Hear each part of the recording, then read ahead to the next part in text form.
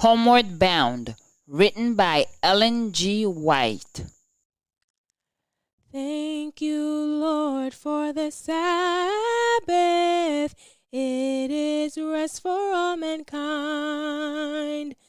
Thank you for the blessings bestowed on that sacred day. Thank you, Lord, for the Sabbath. It is blessed and sanctified. Thank you, Lord, for the Sabbath. It is blessed and sanctified. Law and the Sabbath, dual test of loyalty, June 19th, an expression of thanks. Then God blessed the seventh day and sanctified it, because in it he rested from all his work which God had created and made. Genesis 2 verse 3. After resting upon the seventh day, God sanctified it, or set it apart, as a day of rest for the human family.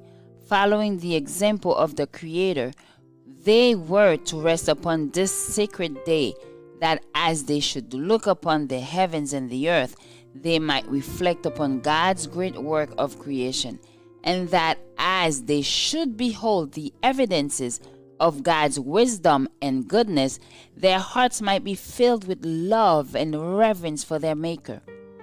In Eden, God set up the memorial of his work of creation.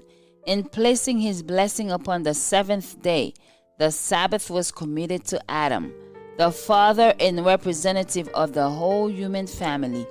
Its observance was to be an act of grateful acknowledgement on the part of all who should dwell upon the earth, that God was their creator and their rightful sovereign, that they were the work of his hand and the subject of his authority. Thus, the institution was wholly commemorative and giving to all mankind. There was nothing in it shadowy or of restricted application to any people. God saw that a Sabbath was essential for mankind. Even in paradise, human beings needed to lay aside their own interests and pursuit for one day of the seven, that they might more fully contemplate the work of God and meditate upon his power and goodness. They needed a Sabbath to remind them more vividly of God and to awaken gratitude, because all that they enjoyed and possessed came from the beneficent hand of the Creator. God designs that the Sabbath shall direct our minds to the contemplation of his created works. Nature speaks to our senses, declaring that there is a living God, the Creator, the supreme ruler of all. The heavens declare the glory of God, and the firmament showed his handiwork. Day unto day uttereth speech, and night unto night showeth knowledge. Psalm 19, verse 1 and 2. The beauty that clothes the earth is a token of God's love. We may behold it in the everlasting hills, in the lofty trees, in the opening bud, and the delicate flower. All speak to us of God. The Sabbath, ever pointed to him who made them all, bids us open the great book of nature and trace therein the wisdom, the power, and the love of the Creator. Thank you, Lord, for the Sabbath.